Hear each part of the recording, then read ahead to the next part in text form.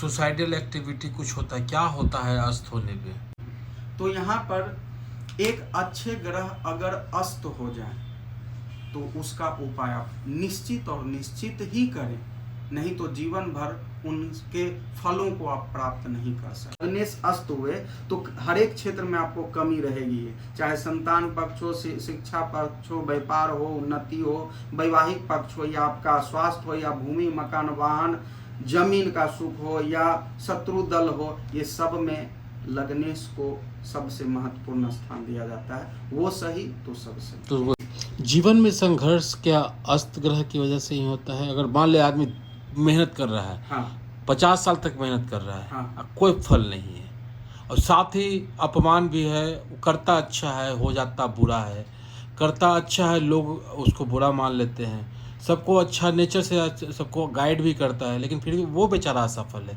इसके पीछे क्या है? देखिए, लोग माने या नहीं माने, लेकिन वस्तुतः हमारे पृथ्वी पर जितने भी सजीव या निर्जीव वस्तुएं, यहाँ तक कि हर एक चीज परमाणु से बने, हर एक जीव कोशिका से बने हैं, कोशिका के अंदर परमाणु हैं, यानी पदार्थ के सबसे सूक्ष्म कण परमाणु होते हैं। तो ऊर्जा, इस धरती पे जो भी ऊर्जाएं हैं हर एक चीज में विद्यमान है, वो ग्रह की ऊर्जा के अनुसार, राशि के ऊर्जा के अनुसार, नक्षत्र और सूर्य के ऊर्जा के अनुसार, यानी हमारे सौर मंडल में जितने भी ग्रह राशि नक्षत्र हैं उसी के अनुसार हमारे धरती पे हर एक चीज व्यवस्थित किए जाते हैं। जीवन में संघर्ष करते करते, काम करते करते थक गए हैं और कोई फल नहीं मिल रहा है, तो चेक कीजिए कि आपके ग्रह के जो स्वामी हैं वो अस्त तो नहीं है, जो शुभ फल देने वाले हैं वो अस्त तो नहीं है। अस्त है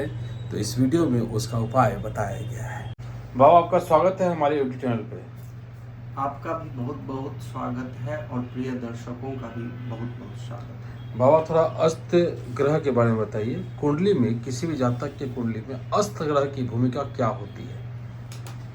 देखिए, अस्त ग्रह अगर किसी जातक की कुंडली में अस्त ग्रह हो जाए तो वो ग्रह निष्फल हो जाते हैं, अर्थात जातक के ऊपर वो अपना प्रभाव या तो पूर्ण रूप में नहीं दे पाते हैं या अत्यंत अल्प मात्रा में दे पाते हैं।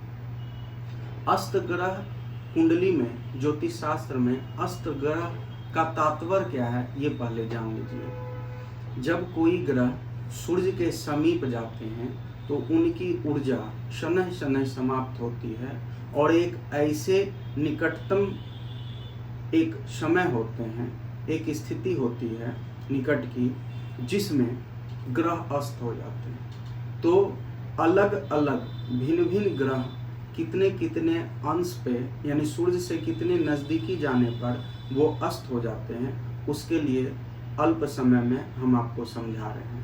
यहाँ आप इस चार्ट के माध्यम से समझिए। देखिए, अंश, जिसको इंग्लिश में डिग्री बोलते हैं, 0 डिग्री से लेके 30 डिग्री तक कोई भी ग्रह एक राशि में रहते हैं और 30 डिग्री के बाद वो अन्य राशि में चले जाते हैं। तो यहाँ पे हम ये कौन से ग्रह सूर्य से कितना नज़दीकी जाने पर वो अस्त हो जाते हैं तो एक एक करके हम समझिए। चंद्रमा 12 डिग्री तक, यानी चंद्रमा और सूर्य के बीच की गैपिंग, अंतराल 12 डिग्री हो या 12 से कम हो तो चंद्रमा अस्त हो जाते हैं। मंगल चंद्रमा के रिस्पेक्ट में थोड़ा ज़्यादा डिग्री है, यानी मंगल 17 डिग्री तक, यानी इस मंगल और सूर्य में जब 17 डिग्री तक का अंतर हो या इससे कम का अंतर हो तो उस स्थिति में मंगल अस्त हो जाते हैं। इसी प्रकार बुध, गुरु, शुक्र और शनि सूर्य के नज़दीक जाते हैं तो वो अस्त हो जाते हैं। जैसे बुध अगर वक्री अवस्था में हो तो 12 अंश तक, मार्गी हो तो 14 अंश तक या उसके अंदर वो अस्त होते हैं। सूर्य और गुरु जब साथ में हो और सूर्य और गुरु में 10 डिग्री का या 11 डिग्री का अंतर हो या उसके अंदर का, तो गुरु अस्त हो जाते हैं। उसी प्रकार शुक्र वक्री रहने पर 8 डिग्री और मार्गी रहने पर 10 डिग्री, उसी प्रकार शनि 15 डिग्री तक अस्त कहलाते हैं या 15 मतलब डिग्री ये से डिग्री है यहाँ पे आने के हाँ। बाद, मतलब एक तरह से देखा जाए तो उनकी रोशनी में ये सारे ग्रह जो है धूमिल हो जाते हैं, धूमिल हो जाते हैं, इनकी ऊर्जा समाप्त हो जाती है। ऊर्जा समाप्त हो जाती है। अब देखिए जीवन पे इसका प्रभाव कैसे होता है ये जानिए। देखिए आपके जीवन पे या इस धरती पे जितने भी सजीव और निर्जीव हैं, सब पे ग्रहों, नक्षत्र और राशियों की ऊर्जा पड़ती है और वो भिन्न भिन्न तरीकों से उस पे प्रभाव डालते हैं। तो जब कुंडली में अस्त ग्रह हो जाए तो वो निष्फल हो जाते हैं, अर्थात आपके कुंडली में अगर अशुभ प्रभाव वाले ग्रह हैं, अगर वो अस्त हो जाएं तो ये अत्यंत शुभ हुआ, क्योंकि आप उसके अशुभ प्रभाव से बच गए। लेकिन बात उस ग्रह की आती है जो आपके लिए अत्यंत कारक है, अर्थात कुंडली में 12 भाव होते हैं, जिसमें प्रथम भाव, पंचम भाव और नवम भाव के स्वामी अगर ग्रह हो जाए, ग्रह अस्त हो जाए, इसमें से खास करके 9 ग्रह में प्रथम भाव के स्वामी जो जीवन को संचालित करते हैं, शरीर का देखरेख करते हैं, मान सम्मान, यश, कीर्ति, धन, दौलत, सुख, साधन, सारे चीजों को देने वाले होते हैं। कुंडली में अगर वे ग्रह, जिसको ज्योतिष शास्त्र में लग्नेश बोलते हैं, प्रथम भाव के जो ग्रह होते हैं उसको लग्नेश बोलते हैं, अगर प्रथम भाव के जीवन ग्रह अगर अस्त हो जाए तो वो अत्यंत अशुभ स्थिति होती है। अशुभ का अर्थ है कि आपके जीवन पे उस ग्रह से संबंधित जो भी शुभ फल हैं, जो भी आपके जीवन में वो शुभ फल देने वाले हैं, वो या तो उन फलों में अत्यंत अल्पता, काफी न्यून प्रभाव हो जाता है, या उन ग्रह से संबंधित कारकत्व के फलों में कमी ही हो जाती है। इसका निदान क्या है? इसका निदान हम आपको बताते हैं। जैसे और उसका टेंडेंसी क्या है? अगर अस्त ग्रह है तो क्या होगा जीवन में प्रभाव उसका? हाँ, आप बस इस 1 मिनट से भी कम समय में इस चीज को आप समझ लें। जैसे ये किसी भी जातक की कुंडली हो, अगर हम प्रथम भाव में 6 लिखे तो 6 का अर्थ हुआ ये कन्या लग्न की कुंडली हुई। उसके बाद 7, 8, 9, 10, 11, 12, 1, 2, 3, 4 और 5। छठी राशि कन्या राशि होती है और तृतीय राशि मिथुन राशि होती है, और इस दोनों ही राशि के स्वामी बुध होते हैं। अर्थात इस कुंडली में बुध कहीं भी हो, लेकिन अगर बुध अस्त हो जाए तो ऐसे जातक के जीवन पे क्या प्रभाव होगा। सबसे पहले तो बुध जीवन ग्रह हुए, साथ ही साथ 10म भाव अर्थात व्यक्ति के कारोबार, नौकरी और पिता भाव के स्वामी हुए, यश, मान, सम्मान के स्वामी हुए। वहीं प्रथम भाव अर्थात लग्नेश होने के कारण मान, सम्मान, धन, वैभव, कीर्ति, यश, स्वास्थ्य, संतान पक्ष यानी जीवन के हर एक शुभ सुख सुविधा देने वाले बुध यानी लग्नेश होते हैं। यहाँ बुध स्वामी हैं। तो सोचिए कि इन दोनों पक्ष में बुध अपने फल को नहीं दे पाएंगे, या देंगे भी तो अत्यंत अल्प मात्रा में। क्यों? क्योंकि अस्त हो गए हैं, उनकी पास उतनी ऊर्जा नहीं है, उनके पास उतने बल नहीं है, अस्त ग्रह निष्फल हो जाते हैं। तो वो इन मुख्य 2 भावों के स्वामी हैं, लग्न भाव के और 10म भाव के। तो बुध कहाँ पे है यहाँ पे? बुध कहीं भी स्थिति, किसी भी राशि में हो, कन्या लग्न में बुध कहीं भी हो, किसी भी घर में विराजमान हो, लेकिन अगर वो अस्त हो गए तो वो ऐसे व्यक्ति को नौकरी पक्ष से परेशानी मिलती है, बदनामी उठाने पड़ते हैं, स्वास्थ्य की कमी रहती है, वो अपने जीवन में उतना विकास नहीं कर पाते हैं। इसके अलावे कोई भी ग्रह के कारकत्व चीज, जैसे बुध है तो बुध के कारकत्व में आते हैं। बुध किन किन चीजों के देखरेख करने वाले होते हैं? तो बुध बुद्धि के स्वामी हैं, बुद्धि के कारक होते हैं, वाणी के कारक होते हैं, व्यापार के कारक होते हैं। इसके बाद ननिहाल पक्ष के कारक होते हैं, पेट के कारक होते हैं, यानी हमारे शरीर में जो पाचन तंत्र है उसके कारगर होते हैं। इसके अलावे बैंकिंग सेक्टर, उस क्षेत्र में व्यापार आप कुछ भी कर रहे हैं उस क्षेत्र में। इसके बाद वाणी, बहुत से लोगों को हकलाने की समस्या होती है या गूंगे होते हैं, तो वहाँ कहीं न कहीं बुध अत्यंत पीड़ित है और लगभग ऐसा देखा गया है कि उस स्थिति में उन जातकों की कुंडली में बुध अस्त ही होते हैं। तो यहाँ पर एक अच्छे ग्रह अगर अस्त हो जाए तो उसका उपाय आप निश्चित और निश्चित ही करें, नहीं तो जीवन भर उनके फलों को आप प्राप्त नहीं कर सकते। क्या उपाय बताया जा सकता है? उपाय हम बताते हैं। अगर आपके कुंडली में शुभ फल देने वाले ग्रह अस्त हो जाएं तो उसका एक ही निदान है कि उनसे संबंधित आप रत्न पहनिए, क्योंकि रत्न पहनने से उस ग्रह के बलाबल में वृद्धि होगी और वो शुभ भाव के स्वामी हैं, तो उस भाव को भी बल मिलेंगे और वह भाव जिन फलों को देने वाले होते हैं उन फलों का आपके जीवन पे वो फल भरपूर मात्रा में और समुचित मात्रा में मिलेंगे। तो अस्त ग्रह और खास करके शुभ हों तो उन्हें हमेशा उनसे संबंधित रत्न आप आजीवन पहने। और अशुभ हो और ग्रह अस्त हो। हाँ, आपके कहने का मतलब है कि ग्रह अस्त भी हो जाए और वो आकारक हैं, तो इस स्थिति में छेड़छाड़ ना करें, वो अस्त ही रहने। सुसाइडल एक्टिविटी कुछ होता है, क्या होता है अस्त होने पे? देखिए, जब ग्रह अस्त होते हैं और खास करके जीवन ग्रह यानी प्रथम भाव के जो स्वामी होते हैं जीवन ग्रह, वो अस्त हो जाएं और अष्टम भाव में विराजमान हो जाएं और साथ ही साथ उन पे पापत्व ग्रह खास करके राहु, शनि और केतु, मंगल का प्रभाव उस पे रहे, तो इस स्थिति में व्यक्ति सुसाइड करने की सोचते हैं। पापत्व ग्रह हो गया राहु, केतु, शनि और मंगल। इसके अलावे देखिए, चंद्रमा का यहाँ पे बहुत अहम रोल है।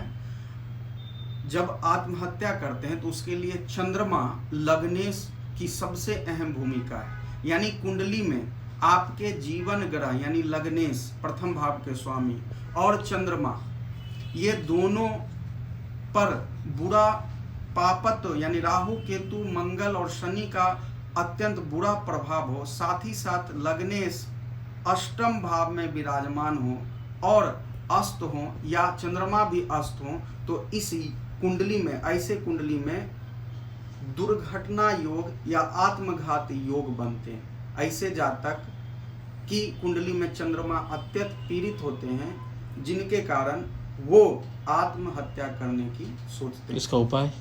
इसका उपाय है कि इस स्थिति में सबसे पहले आप चंद्रमा और आपके लग्नेश जो हैं यानी कुंडली के प्रथम भाव के स्वामी हैं, उनसे संबंधित आप रत्न अवश्य पहने और आजीवन पहने। क्या है रत्न? रत्न ये तो निर्भर करेंगे कि कुंडली, हाँ, चंद्रमा तो फिक्स है, चंद्रमा से संबंधित रत्न मोती हुए, लेकिन लग्नेश के अनुसार लग्नेश कौन है, अगर मेष वृश्चिक लग्न है तो मंगल से संबंधित रत्न पहनिए, मिथुन कन्या लग्न है तो पन्ना यानी बुध से संबंधित रत्न पन्ना पहनिए, धनु मीन लग्न है तो बृहस्पति यानी पुखराज पहनिए। तो ये क्या करता है, मतलब एक माहौल बना देता है क्या ये सारा ग्रह? टेंडेंसी तो जब आता होगा तो माहौल बनता होगा ना।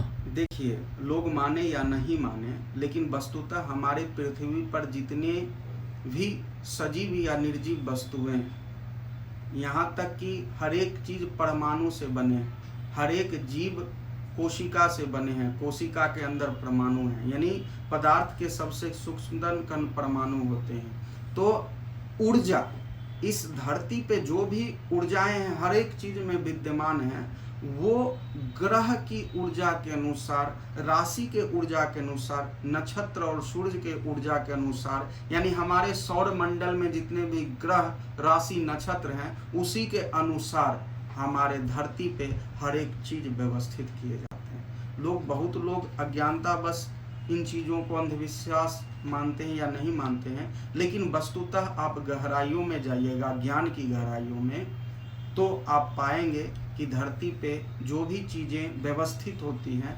वो ग्रह, राशि, नक्षत्र की ऊर्जाओं के अनुसार ही व्यवस्थित। जीवन में संघर्ष क्या अस्त ग्रह की वजह से ही होता है? अगर मान ले आदमी मेहनत कर रहा है, हाँ 50 साल तक मेहनत कर रहा है, हाँ कोई फल नहीं है, और साथ ही अपमान भी है, वो करता अच्छा है हो जाता बुरा है, करता अच्छा है लोग उसको बुरा मान लेते हैं, सबको अच्छा नेचर से सबको गाइड भी करता है, लेकिन फिर भी वो बेचारा असफल है।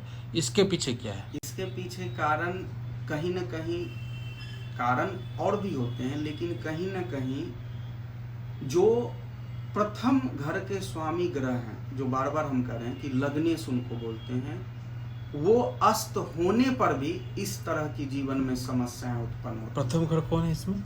जैसे ये कुंडली है, इसमें हम लोग वामवर्त चलते हैं, यानी घड़ी की विपरीत दिशा में, घड़ी की सुई की विपरीत दिशा में, तो ये प्रथम घर कहलाते हैं। अच्छा, बीच वाला। हाँ, ये प्रथम घर हुए।